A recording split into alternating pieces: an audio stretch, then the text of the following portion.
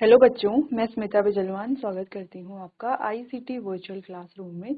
आशा करती हूँ आप सभी स्वस्थ होंगे और अच्छे से अपनी पढ़ाई कर रहे होंगे। बच्चों, आज हम पढ़ने जा रहे हैं क्लास 9th की साइंस। और क्लास 9th साइंस में हमारा चैप्टर चल रहा था मैटर इन आवर सराउंडिंग, यानी कि हमारे आसपास के पदार्थ। तो इसी चैप्टर को आगे हम कंटिन्यू करेंगे और एक बार देख लेंगे अपने लास्ट लेक्चर में हमने क्या क्या टॉपिक पढ़ लिए थे। तो बच्चों, अपने लास्ट लेक्चर में हमने काफी सारे टॉपिक्स जो है इस चैप्टर के कंप्लीट कर लिए थे।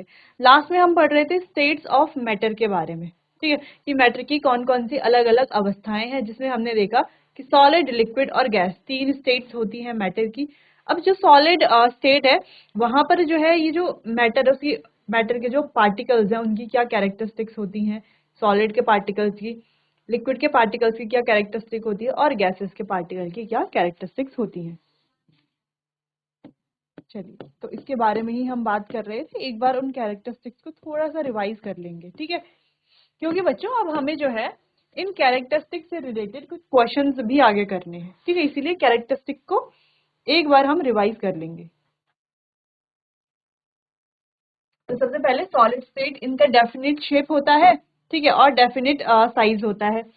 शेप भी डेफिनेट होता है और वॉल्यूम भी डेफिनेट होता है, ठीक है। दूसरा, ये जो है फ्लो नहीं करते हैं, ये क्या करते हैं, हीप यानी कि ढेर बनाते हैं कुछ इस प्रकार से। तीसरा, ये जो है डिफ्यूज नहीं होते हैं, ये अगर होते भी हैं तो बहुत स्लो रेट में डिफ्यूज होते हैं।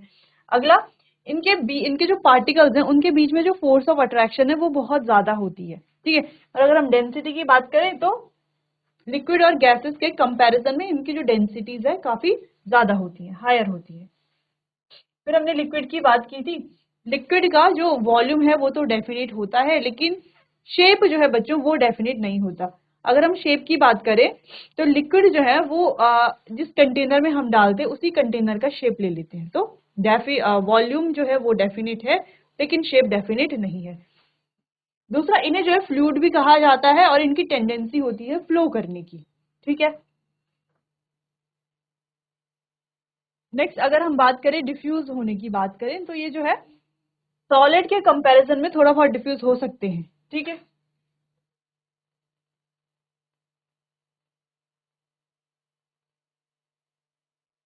तो लिक्विड में जो है सॉलिड ही नहीं, लिक्विड में लिक्विड भी और गैसेस भी क्या हो सकती हैं, डिफ्यूज हो सकती हैं। अगर हम इनके पार्टिकल्स के बीच की और इंटरमॉलिक्यूलर स्पेस के बारे में बात करें तो इनके पार्टिकल्स के बीच में जो इंटरमॉलिक्यूलर स्पेस है वो ज्यादा होता है, ठीक है। ये कैसे होते हैं, इनकम्प्रेसिबल होते हैं। जैसे हमने सॉलिड की बात की थी, तो सॉलिड भी कैसे हैं, सॉलिड भी इनकम्प्रेसिबल होते हैं। वैसे ही लिक्विड भी क्या होते हैं, इनकम्प्रेसिबल होते हैं, थोड़ा बहुत कंप्रेसिबल होंगे, ठीक है। फिर हमने बात की थी इनके जो पार्टिकल्स हैं उनके बीच में जो फोर्स ऑफ अट्रैक्शन है वो है, पार्टिकल्स के बीच में फोर्स ऑफ अट्रैक्शन है लेकिन इतनी ज्यादा नहीं है। अगर हम फोर्स ऑफ अट्रैक्शन का ऑर्डर देखें तो सॉलिड में सबसे ज्यादा फोर्स ऑफ अट्रैक्शन होती है, फिर लिक्विड में, फिर गैसेज में। क्लियर है? फिर हमने बात की थी डेंसिटी की, इनकी जो डेंसिटी है सॉलिड से कम होती है, ठीक है। फिर गैसेस स्टेट के बारे में बात कर रहे थे। इनका ना तो डेफिनेट वॉल्यूम होता है ना ही डेफिनेट शेप होता है। ये भी क्या करते हैं, इनकी डेंसिटी भी क्या होती है, इनकी टेंडेंसी भी क्या होती है, फ्लो करने की होती है, तो इन्हें भी हम फ्लूइड कहते हैं। दूसरा हमने बात किया था ये हाईली कंप्रेसिबल है, जैसे लिक्विड है और सॉलिड है तो वो हाईली कंप्रेसिबल नहीं है, जबकि ये कैसे हैं, हाईली कंप्रेसिबल है, ठीक है। अगर यहाँ पर पार्टिकल के बीच के स्पेस के बारे में बात करें तो पार्टिकल के बीच का जो स्पेस है वो बहुत ज्यादा होता है, ठीक है, और फोर्स ऑफ अट्रैक्शन बहुत कम होता है। गैसेस की जो डेंसिटी है वो मिनिमम होती है, सबसे कम होती है, ठीक है, जिस वजह से ये कैसे होते हैं, लाइटर होते हैं। क्लियर है? तो ये कुछ प्रॉपर्टीज हैं गैसेस, अलग अलग स्टेट की, सॉलिड की, लिक्विड की और गैसेस और इनके पार्टिकल्स की प्रॉपर्टीज हैं। तो इन्हें आप एक बार देख लीजिए, फिर हम इसको थोड़ा और आगे पढ़ेंगे, इनसे रिलेटेड कुछ क्वेश्चंस करेंगे।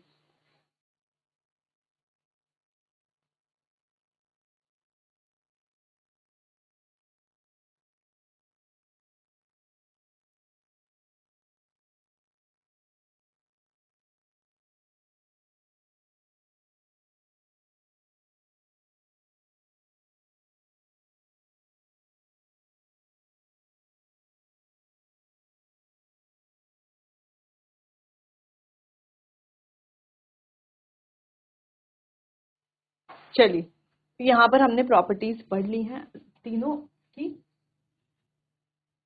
अब देखते हैं कि अभी तक हमने क्या क्या पढ़ लिया है। उन्हें जब हम क्वेश्चन आंसर्स करेंगे तभी हम समझ पाएंगे है ना कि हमने क्या क्या पढ़ लिया है। ठीक है, तो चलो कुछ क्वेश्चन आंसर्स करते हैं।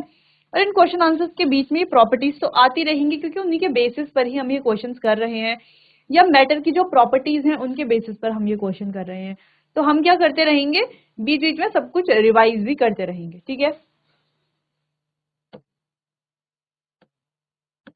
तो पहला क्वेश्चन है, what are the condition for something to be called matter. यानी किसी भी चीज को मैटर अगर हम कहें तो उसके लिए क्या कंडीशन होनी चाहिए। ठीक है, तो मान लो हमारे पास है एक आइस क्यूब,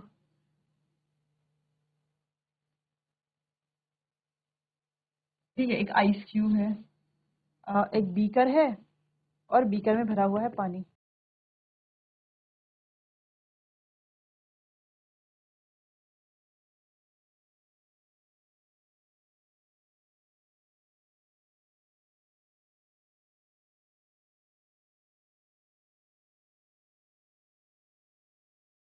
बीकर में भरा हुआ है पानी, वहीं एक और कंटेनर है और कंटेनर में है गैस।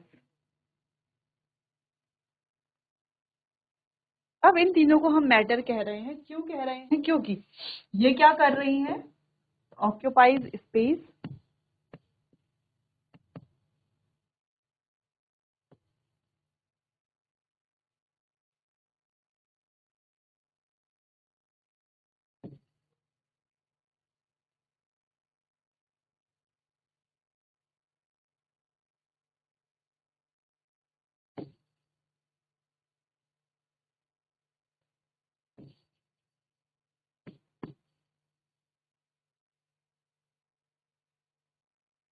एंड हैव मास। तो स्पेस ऑक्यूपाई करती हैं ये तीनों ही, और इनका क्या है, कुछ ना कुछ मास है। तो जो स्पेस ऑक्यूपाई करेगा मास होगा, उसे हम क्या कहेंगे, उसे हम कहेंगे मैटर। ठीक है, अगला है, when sugar is dissolved in water there is no increase in the volume. जब शुगर को पानी में डिजोल्व किया जाता है तो उसके वॉल्यूम में कोई इंक्रीमेंट नहीं होता। Which characteristic of matter is illustrated by this observation. तो इस ऑब्जर्वेशन ये जो हमारे एक्सपेरिमेंट हमने किया, इससे मैटर की कौन सी कैरेक्टरिस्टिक के बारे में पता चलता है। तो देखो बच्चों, हमने क्या कहा कि शुगर को वाटर में डिजोल्व किया। मान लो हमने ये लिया बीकर, बीकर में डाला वाटर, वाटर, और इसमें डाल दी, क्या डाल दी हमने, इसमें शुगर डाल दी। क्या डाली, वाटर के साथ साथ इसमें डाल दिया शुगर। अब हमने क्या किया, इसको एक स्टिरर या चम्मच की मदद से क्या कर लिया, घोल दिया। मान लो ये चम्मच हमने लिया और चम्मच की मदद से इसे पूरा घोल दिया। तो अब हम क्या देखते हैं कि अब पहले जो वाटर का लेवल था वो इतना था, चीनी डाल करके डिजोल्व करने के बाद, क्या करने के बाद, डिजोल्व, डिजोल्व यानी कि घोलना। ठीक है, डिजोल्व करने के बाद भी इस पानी का जो लेवल था वो उतना ही था जितना पहले था। ठीक है, तो यहाँ पर जो है इसके लेवल में कोई चेंज नहीं आया। अक्सर क्या होता है, जैसे हमारे पास कोई भी लिक्विड है, उसमें हमने कुछ भी चीज डाली तो क्या होगा, ये जो लिक्विड है इसका वॉल्यूम क्या होना चाहिए, मतलब ये जो लिक्विड है इसका जो लेवल है वो पहले से क्या होना चाहिए, अधिक होना चाहिए, क्योंकि हम कोई चीज इसमें डाल रहे हैं। लेकिन यहाँ पर हम ये शुगर डालते हैं पानी में तो देखते हैं इसका लेवल जो पहले था अभी भी लेवल वही है। तो ऐसा क्यों हो रहा है, ये कौन सी कैरेक्टरिस्टिक को शो करता है, तो ये क्या बताता है। अच्छा, सबसे पहले ये समझते हैं कि ऐसा क्यों हो रहा है, फिर कैरेक्टरिस्टिक के बारे में बात करेंगे। तो चलिए ध्यान से देखो, तो ऐसा क्यों हो रहा है कि वाटर का जो लेवल अभी है, शुगर डालने के बाद भी लेवल उतना ही रहेगा, जबकि हमने तो इसमें कुछ चीज ऐड करी है ना, ऐड करने के बाद लेवल को भी बढ़ जाना चाहिए था, लेकिन ऐसा नहीं होता है। अब ऐसा नहीं होता है तो क्यों नहीं हो रहा है, क्योंकि बच्चों ये जो वाटर है,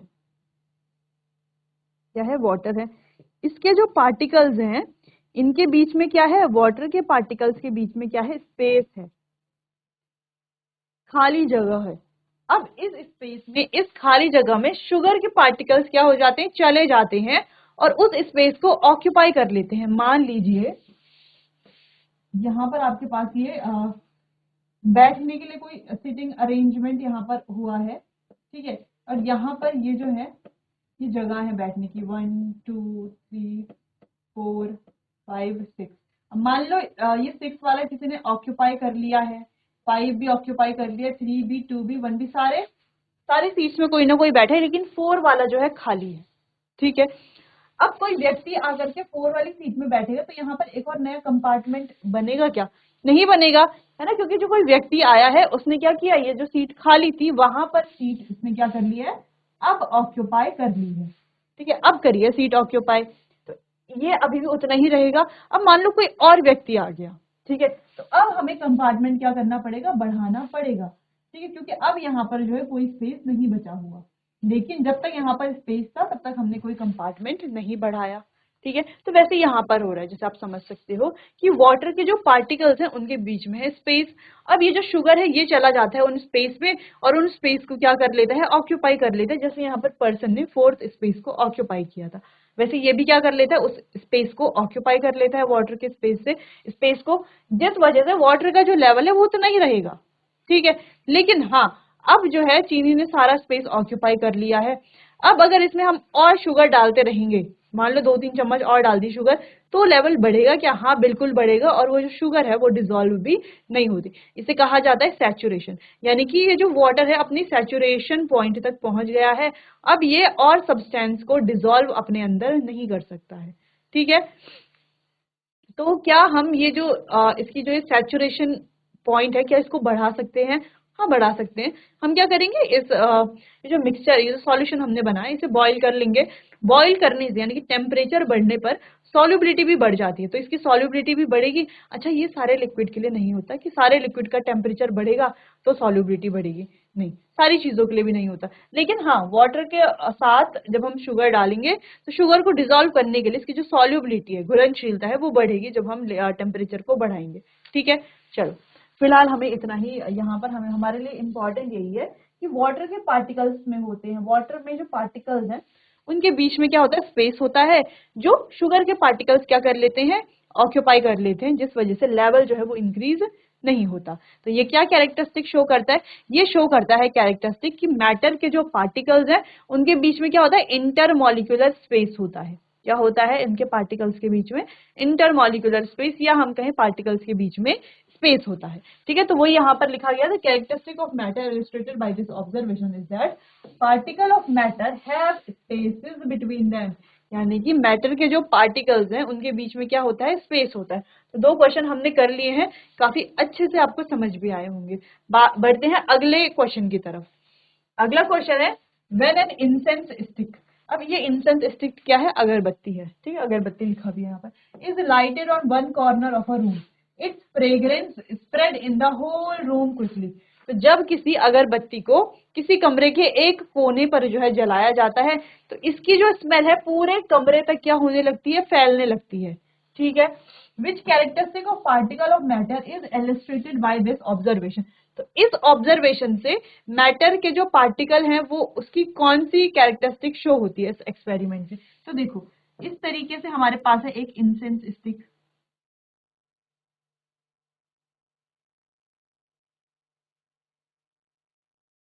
ठीक है। अब इस इंसेंस स्टिक को हमने जला दिया।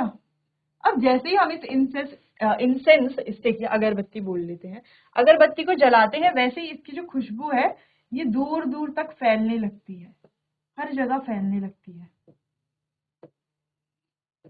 अब ये ऐसा क्यों होता है, क्योंकि इसके जो पार्टिकल्स हैं ये कैसे हैं, कंटिन्यूअस मूवमेंट करते रहते हैं, यानी कि निरंतर गति करते रहते हैं। और जैसे ही टेम्परेचर बढ़ जाता है, तो जैसे ही टेम्परेचर यहाँ पर क्या होता है, इंक्रीज होता है, तो ये जो पार्टिकल्स हैं इनकी काइनेटिक एनर्जी क्या होती है, मूव करने की एनर्जी, तो काइनेटिक एनर्जी भी बढ़ती है और पार्टिकल और तेजी से गति करने लगते हैं और तेजी से जो है दूर दूर तक जाने लगते हैं, जिससे कि वो खुशबू जो है एक जगह से दूसरी जगह फैल जाती है, ठीक है। इसे क्या कहा जाता है, इसे डिफ्यूजन भी कहा जाता है। तो एक जगह से दूसरी जगह पार्टिकल मूव करते हैं, यानी कि वो क्या हो जाते हैं, डिफ्यूज हो जाते हैं हर जगह। क्लियर है? चलिए, तो टेम्परेचर बढ़ेगा तो काइनेटिक एनर्जी भी बढ़ेगी। क्लियर है इतना? चलो, इतना समझ में आया। तो ये 3 क्वेश्चन है। इन तीनों क्वेश्चन में मैटर और मैटर की जो पार्टिकल्स हैं उनकी प्रॉपर्टी या कैरेक्टरिस्टिक के बारे में हमने डिस्कस किया है। ठीक है, तो तीनों क्वेश्चन आप नोट कर लीजिए, फिर आगे बढ़ते हैं।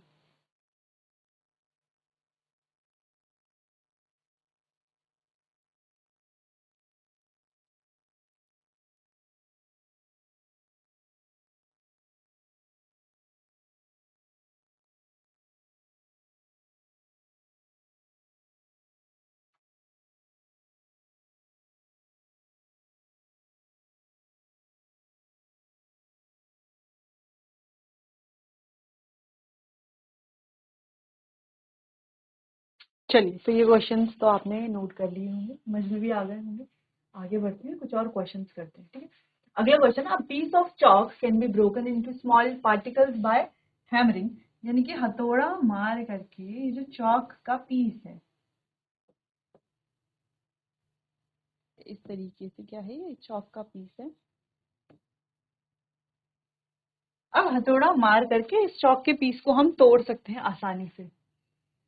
ब्रोकन इनटू स्मॉलेस्ट पीसेस, तो छोटे छोटे पीसेस में से क्या कर सकते हैं, तोड़ सकते हैं।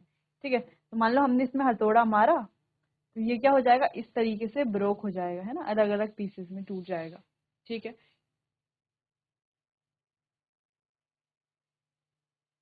But a piece of iron nail, iron could not be broken into small pieces, लेकिन जैसे ही आप क्या करते हो, एक लोहे की कील लेते हो, तो आप क्या देखते हो, ये क्या है, आयरन नेल है। आप क्या देखते हो, ये जो है, हम इस पर कितना भी जोर से हथौड़ा मारते हैं ये नहीं टूटेगा, है ना। आपने देखा होगा, जो दीवार पर आप कील लगाते हो, उस पर हथौड़ा मारते हो, तो दीवार, कील जो है दीवार के अंदर चली जाती है, टूटती नहीं है। क्या आप चौक को हथौड़ा मार करके दीवार के अंदर ऐसे घुसा सकते हो क्या? नहीं डाल सकते ना आप चौक को, क्योंकि चौक क्या है। अच्छा, क्यों नहीं डाल सकते चौक को? सिर्फ हम आयरन नेल को ही क्यों डाल पा रहे हैं हथौड़ा मार करके दीवार के अंदर, चौक को क्यों नहीं डाल पा रहे हैं? क्योंकि ये सब होता है फोर्स ऑफ अट्रैक्शन की वजह से। फोर्स ऑफ अट्रैक्शन, ठीक है, शॉर्ट में हम लिखते हैं FOA। किसकी वजह से होता है? फोर्स ऑफ अट्रैक्शन की वजह से। जो कीड़ है, इसके जो पार्टिकल्स हैं, उनके बीच की जो फोर्स ऑफ अट्रैक्शन है वो बहुत ज्यादा है। क्या होती है? फोर्स ऑफ अट्रैक्शन बहुत ज्यादा होती है। ठीक है, जिस वजह से कील जो है वो आसानी से हम उसको नहीं तोड़ सकते। ठीक है, सिर्फ कील की ही बात नहीं है, ऐसे कोई भी ऑब्जेक्ट, कोई भी सब्सटेंस जिनको आप नहीं तोड़ सकते, इसका मतलब क्या है कि उनके बीच की जो फोर्स ऑफ अट्रैक्शन है वो बहुत ज्यादा है, इसीलिए आप उन्हें ब्रेक नहीं कर पा रहे हो। दूसरी चीज, चौक की बात करते हैं, तो चौक के पार्टिकल की जो फोर्स ऑफ अट्रैक्शन है वो ज्यादा तो होती है, लेकिन बहुत ज्यादा नहीं होती। आसानी से हम तोड़ देंगे, ठीक है, चौक को आसानी से तोड़ सकते हैं। हथौड़ा मारेंगे तो चौक एकदम कैसी हो जाएगी, चूर चूर हो जाएगी। ठीक है, इतना समझ में आया? तो ये किस वजह से है? पार्टिकल्स के बीच की जो इंटरमॉलिक्यूलर फोर्स ऑफ अट्रैक्शन है उसकी वजह से। जहां पर फोर्स ऑफ अट्रैक्शन ज्यादा होगा, पार्टिकल जो है बहुत अच्छे से एक दूसरे से जुड़े हुए होंगे, फोर्स ऑफ अट्रैक्शन ज्यादा है तो पार्टिकल्स एक दूसरे से बहुत अच्छे से अट्रैक्ट होंगे और एक अच्छा शेप जो है वो होल्ड करके रखेंगे, और वो शेप जो है आसानी से चेंज नहीं होता जब तक हम उसमें बहुत ज्यादा फोर्स अप्लाई नहीं करते। जैसे ये मार्कर है, तो इसके जो पार्टिकल्स है उनके बीच में भी क्या, फोर्स ऑफ अट्रैक्शन, जिस वजह से ये ऐसा है, हम इसे ऐसे नहीं तोड़ पा रहे हैं। लेकिन अगर हम इसे बहुत ज्यादा फोर्स अप्लाई करेंगे या हथौड़े से मारेंगे तब तो ये टूट ही जाएगा। लेकिन इसका मतलब ये नहीं कि इसके पार्टिकल्स के बीच के फोर्स ऑफ अट्रैक्शन बहुत कम है, नहीं, फोर्स ऑफ अट्रैक्शन अच्छी है, बहुत ज्यादा अच्छी है, लेकिन जब आप फोर्स अप्लाई करेंगे तो कोई भी चीज टूट सकती है। ठीक है, चलिए, क्लियर है? बाकी चौक के पार्टिकल की फोर्स ऑफ अट्रैक्शन कम होती है, इसीलिए ये आसानी से टूट जाती है। तो ये यहाँ पर लिखा गया, मैटर जो है स्मॉल पार्टिकल से बना हुआ होता है। अब ये स्मॉल पार्टिकल एक दूसरे से अट्रैक्ट रहते हैं। अब ये जो अट्रैक्शन है ये सब्सटेंस सब्सटेंस वेरी करती है ना, चेंज होती रहती है, किसी में ज्यादा है अट्रैक्शन, किसी में कम है। तो चौक इसीलिए आसानी से टूट जाती है और आयरन इसीलिए आसानी से नहीं टूटती, क्योंकि the particle of iron attract each other with greater force. क्योंकि आयरन के जो पार्टिकल्स हैं उन्होंने एक दूसरे को बहुत ज्यादा फोर्स से अट्रैक्ट किया हुआ होता है, या हम सिंपली कहें उनके बीच की जो फोर्स ऑफ अट्रैक्शन है वो बहुत ज्यादा है। ठीक है, चौक के जो पार्टिकल्स हैं उनके बीच की फोर्स ऑफ अट्रैक्शन उतनी ज्यादा नहीं है। क्लियर है? चलो आगे बढ़ते हैं। What is the scientific name of particle which made up of matter, which make up matter, जो मैटर को बनाते हैं उनका साइंटिफिक नेम क्या उन पार्टिकल्स का। तो हमें पता है ये जो मैटर है,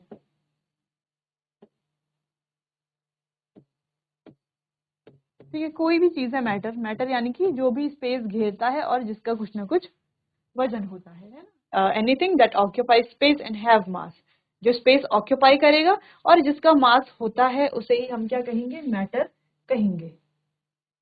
ठीक है, जैसे कि यहाँ पे हमने डिस्कस किया था ना, ये चीजें, ये सारी चीजें क्या है, एक सॉलिड है, लिक्विड है, गैस है, सब क्या कर रहे हैं, स्पेस को ऑक्यूपाई कर रहे हैं और इनका कुछ ना कुछ मास है। ठीक है, इसे क्या कहेंगे, हम मैटर कहेंगे। अब ये जो मैटर है ये बने हुए किससे होते हैं, पार्टिकल से मिलकर के बने हुए होते हैं। और ये जो पार्टिकल्स हैं ये कैसे होते हैं, बहुत ज्यादा टाइनी होते हैं। ये कैसे होते हैं ये पार्टिकल्स, ये होते हैं टाइनी। टाइनी यानी कि बहुत ज्यादा छोटे ये पार्टिकल्स होते हैं। ठीक है, अब इन पार्टिकल्स को कहा जाता है बच्चों एटम एंड मॉलिक्यूल।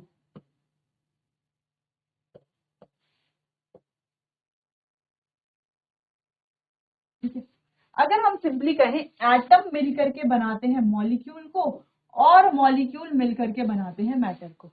ठीक है, एक तो हमारे पास एटम हो गया, एक से ज्यादा एटम जब मिलने लगते हैं तो ये बनाते हैं मॉलिक्यूल, और एक से ज्यादा मॉलिक्यूल जब मिलने लगते हैं तो ये बनाते हैं मैटर। जैसे कि हम बात करते हैं कि कोई बिल्डिंग कैसे बनती है। मान लो ये हमने घर बनाया कुछ इस तरीके का। ठीक है, अब ये घर बना कैसे, पहले हमने एक ईंट लगाई होगी, है ना, ये क्या है हमारे पास ब्रिक है, ऐसे एक एक करके ब्रिक लगाई होंगी, फिर जाकर के हमारा जो घर है वो तैयार हुआ होगा, है ना। तो हम कह सकते हैं ये जो हाउस है पूरा, इसकी जो बेसिक यूनिट है, बेसिक बिल्डिंग ब्लॉक है, वो क्या है, ये ब्लॉक है, ये ब्रिक है। ठीक है, वैसे ही कोई भी मैटर बना हुआ है, मान लो इस कील की बात कर लेते हैं, ये कील भी क्या है, एक मैटर है। ये कील भी किससे मिलकर के बना हुआ है, सबसे ज्यादा छोटा पार्टिकल जो है, जैसे यहाँ घर बना हुआ है ना ब्रिक से, सबसे छोटा पार्टिकल, तो वैसे यहाँ पर नेल का भी क्या है, एक छोटा पार्टिकल जिससे मिल करके पूरी नेल तैयार हुई है। ठीक है, तो वो क्या होता है, वो होता है बच्चों एटम। तो एटम से मिलकर के ये बनता है। ठीक है, और एटम किससे मिलकर के बनता है, एटम से भी, एटम भी तीन सब atomic particle, electron, proton and neutron से मिलकर के बनता है। ठीक है, अब ये क्या होते हैं, ये तो हम आगे चैप्टर में पढ़ेंगे, है ना, जहाँ पे हमें atoms and molecules, structure of atom, इनके बारे में पढ़ना है। ठीक है, लेकिन फिलहाल आपको इतना ही जानना है कि जो मैटर है वो बने हुए होते हैं पार्टिकल से। ये पार्टिकल्स काफी छोटे होते हैं जिन्हें हम नेकेड आई से नहीं देख सकते हैं। ठीक है, इंडिविजुअली नहीं देख सकते हैं। तो ये जो एटम पार्टिकल्स हैं इन्हें ही एटम्स मॉलिक्यूल्स कहा जाता है। क्लियर? तो एटम्स और मॉलिक्यूल्स मेक अप मैटर, और matter is compose of atom molecule. ठीक है, तो मैटर बना होता है एटम्स एंड मॉलिक्यूल से, या एटम्स और मॉलिक्यूल मिलकर के बनाते हैं मैटर। ठीक है, तो डेफिनेशन आप नोट कर लीजिएगा। तो चलिए बच्चों नोट कर लीजिए इन्हें।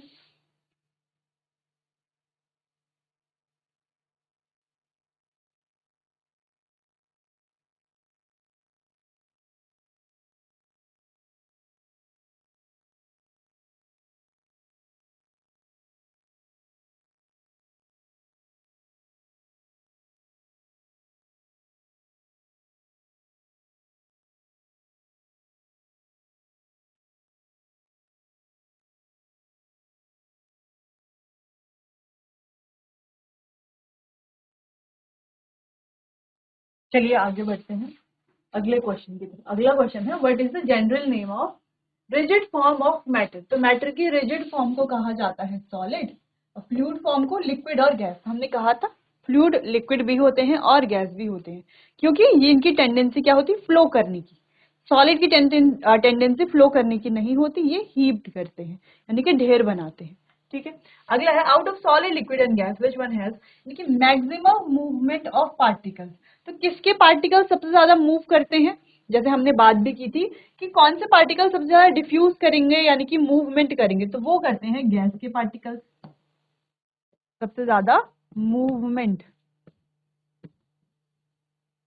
अगर बात करें कि सबसे कम मूवमेंट कौन से पार्टिकल्स करते हैं, तो सबसे कम करते हैं सॉलिड के पार्टिकल्स, फिर करते हैं लिक्विड के पार्टिकल्स और सबसे ज्यादा करते हैं गैस के पार्टिकल्स मूव। ठीक है, इसीलिए जो स्मेल है इंसेंस स्टिक की वो एक जगह से दूसरी जगह तक पहुंच जाती है। यानी किसी रूम के एक कॉर्नर पे हमने अगर अगरबत्ती जलाई है, ठीक है, तो वो जो अगरबत्ती है उसकी सुगंध जो है पूरे कमरे में फिर पूरे घर में जो है फैल जाती है, कभी कभी घर के बाहर भी फैल जाती है। किस वजह से होता है ये? इंसेंस स्टिक को जलाने की वजह से, उसके टेम्परेचर बढ़ाने की वजह से। हाँ, जब हम उसको टेम्परेचर बढ़ाते हैं उसके जो पार्टिकल्स हैं उनकी काइनेटिक एनर्जी बढ़ जाती है, मूव करने की एनर्जी जो है बढ़ जाती है, वो काफी दूर दूर तक क्या करते हैं, मूव करते हैं। तो है क्या वो? एक तरह से गैस ही तो है।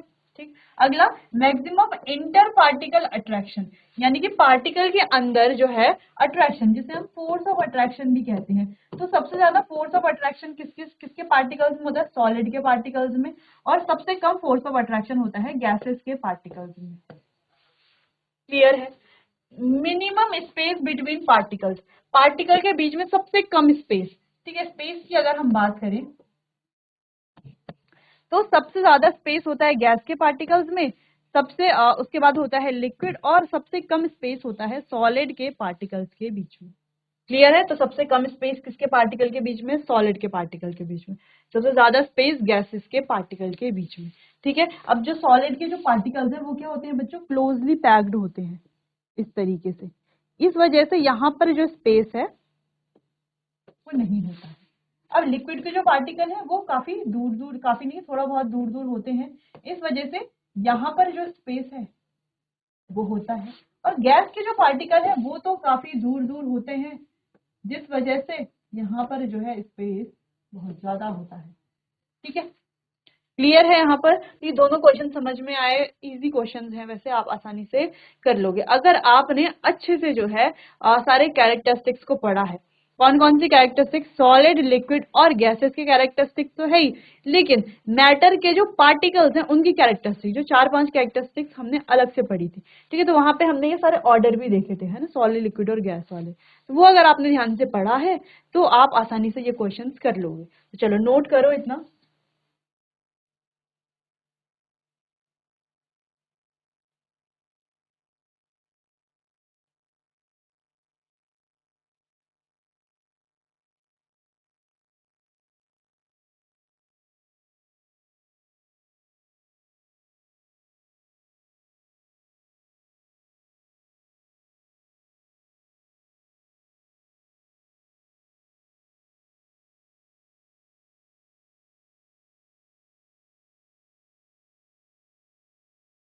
चलिए आगे बढ़ते हैं, कुछ और क्वेश्चन आंसर्स करते हैं।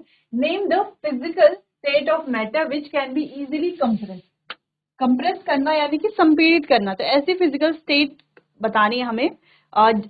मैटर की वो स्टेट हमें बतानी जिसको हम आसानी से कंप्रेस कर सकते हैं। ठीक है, कंप्रेस करना मतलब संपीड़ित करना। तो कौन सी स्टेट है जिसे आसानी से संपीड़ित किया जा सकता है? तो देखो बच्चों, अगर हम सॉलिड की बात करते हैं, किसी भी सॉलिड की बात करते हैं, तो क्या हम उसे कंप्रेस कर सकते हैं? मान लो ये मार्कर है, ठीक है, ये भी कैसा है? सॉलिड है। ठीक है, बिल्कुल सॉलिड है। तो क्या आप इसे कंप्रेस कर सकते हो? जैसे मान लो हमने इसे दबाया इस तरीके से, तो क्या हम इसे संपीड़ित कर पा रहे हैं? नहीं कर पा रहे हैं ना संपीड़ित। तो सॉलिड जो है वो लीस्ट कंप्रेसिबल होते हैं, हम उन्हें बिल्कुल ना के बराबर उनको कंप्रेस करना जो है हम कह सकते हैं कि इम्पॉसिबल होता है। ठीक है, नेक्स्ट टू इम्पॉसिबल। क्लियर है? तो सॉलिड तो कंप्रेस नहीं किए जा सकते। क्या हम लिक्विड को कंप्रेस कर सकते हैं? हाँ, थोड़ा बहुत लिक्विड को कंप्रेस किया जा सकता है, लेकिन अगर हम गैसेस की बात करते हैं तो गैसेस को जो है इजीली कंप्रेस किया जा सकता है। जैसे कि आपने देखा होगा इस तरीके का, इस तरीके के जो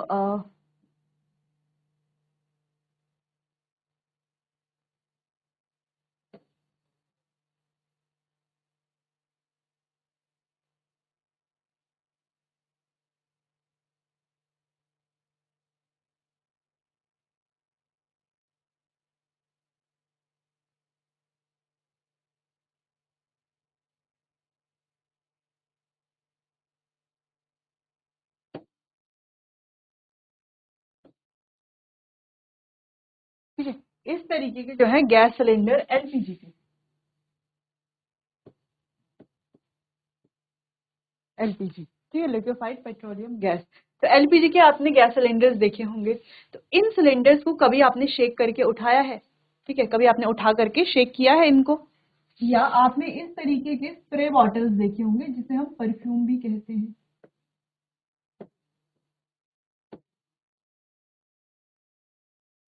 इस तरीके के परफ्यूम की बॉटल्स आपने देखी होंगी।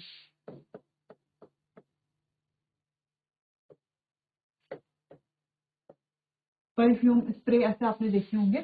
तो आपने क्या देखा है कि ये जो परफ्यूम या जो बॉडी डिओड्रेंट्स होते हैं, इनकी जो बॉटल्स होती हैं, जब आपने कभी इनको शेक किया हो तो क्या लगता है कि इनके अंदर क्या है, कुछ लिक्विड है। ऐसा लगता है ना, कुछ लिक्विड है। लेकिन जैसे ही आप इसे प्रेस करते हो तो वहां से क्या बाहर आती है, गैस बाहर आती है। वैसे ही जो एलपीजी के सिलेंडर है, कभी आप इसे शेक करोगे तो आपको लगेगा इसके अंदर क्या है, लिक्विड है। लेकिन जैसे ही आप गैस ऑन करते हो तो वहां से क्या निकलती है, गैस निकलती है, पानी नहीं निकलता है। ठीक है, लिक्विड नहीं निकलता है, यानी कि गैस निकलती है। तो इसका मतलब क्या है कि ये जो गैस है इसके अंदर, ये लिक्विड कैसे भी, इस गैस को किया गया है हाई प्रेशर पर कंप्रेस। तो हाई प्रेशर पर जब इसे कंप्रेस किया जाता है तो ये लिक्विड में चेंज हो जाती है। ये प्रोसेस कुछ इस तरीके से होती है। मान लो ये हमारे पास बीकर है, इसमें क्या है, ये सारी क्या है, गैस है, गैस के पार्टिकल्स है, और यहाँ पर लगा दी गई है एक पिस्टन। ठीक है, फिर इस पिस्टन को क्या किया जाता है, यहाँ पर जो है प्रेशर बढ़ा करके इस पिस्टन को नीचे की तरफ क्या किया जाता है, कंप्रेस किया जाता है, दबाया जाता है, प्रेस किया जाता है। तो हम क्या देखते हैं, धीरे धीरे ये पिस्टन जो है यहाँ पर अब आ चुकी है, और ये जो गैस थी ये किस में कन्वर्ट हो गई है, लिक्विड में कन्वर्ट हो चुकी है। ठीक है, तो गैस को किस में कन्वर्ट कर देते हैं, लिक्विड में। यानी कि सिंपली बात ये है कि गैस को क्या कर सकते हैं, आसानी से कंप्रेस कर सकते हैं, फिर लिक्विड स्टेट में ही आ जाती है, फिर इसे स्टोर किया जाता है ऐसे एलपीजी में, या जैसे परफ्यूम बॉटल्स है इस तरीके से, या जो सीएनजी होती है, सीएनजी को भी ऐसे ही कंप्रेस करके स्टोर किया जाता है। क्लियर है? तो ये वाला क्वेश्चन समझ में आया? तो अगर आपसे ऐसा क्वेश्चन पूछा जाए कि सबसे ज्यादा इजीली कंप्रेसिबल कौन से हैं, इजीली जिनको हम कंप्रेस कर सकते हैं, तो वो है गैसेस, और सबसे कम है सॉलिड। तो कुछ इस तरीके से यहाँ पर ये ऑर्डर होता है। अगला क्वेश्चन है, a substance has a definite shape. तो एक सब्सटेंस है जिसका शेप डेफिनेट है, as well as definite volume, और वॉल्यूम भी डेफिनेट है। Which physical state it is represented by the statement. तो इस स्टेटमेंट में कौन सी फिजिकल स्टेट जो है वो रिप्रेजेंट की जा रही है। तो देखो, अगर शेप क्या है, डेफिनेट है, और वॉल्यूम भी डेफिनेट है, तो होगा सॉलिड। अगर वॉल्यूम डेफिनेट है और शेप डेफिनेट नहीं है तो होगा लिक्विड। और अगर वॉल्यूम और शेप दोनों ही डेफिनेट नहीं है, दोनों ही इनडेफिनेट है, तो होंगे हमारे लिक्विड। तो यहाँ पर तो आंसर है सॉलिड। अगला क्वेश्चन है, definite volume but no definite shape. Volume definite है लेकिन शेप नहीं है, यानी कि वॉल्यूम तो फिक्स है लेकिन जो शेप है वो क्या होता रहता है, चेंज होता रहता है। तो वो किस में होता है, लिक्विड में होता है। और आप जानते हैं लिक्विड को जैसे भी कंटेनर में हम रखेंगे वो वैसा ही क्या कर लेगा, शेप ऑक्यूपाई कर ले। मान लो उसे बीकर में रखा जाए इस तरीके के कोनिकल फ्लास्क में, या हम इस तरीके से सर्कुलर ये जो फ्लास्क है इसमें रखें, अगर हम राउंड बॉटम फ्लास्क में, तो क्या देखेंगे, ऐसे ही शेप वाटर का बन जाता है। तो ये क्या होता है, लिक्विड, जिनका वॉल्यूम डेफिनेट है लेकिन शेप डेफिनेट नहीं है। अब अगला क्वेश्चन है कि fixed shape nor a fixed volume, यानी कि नीदर अ फिक्स्ड शेप, ना तो शेप फिक्स है ना तो वॉल्यूम फिक्स है, तो ये होते हैं गैसेस। ठीक है, तो इसका आंसर है गैस। ना तो फिक्स शेप होता है ना ही फिक्स वॉल्यूम होता है। तो ये सभी हमने प्रॉपर्टीज में पढ़ लिया है। तो चलिए बच्चों, आज के लिए बस इतना ही, बाकी इसे कंटिन्यू करेंगे हम अपने आने वाले अगले सेशन में। तब तक के लिए आपका बहुत बहुत धन्यवाद।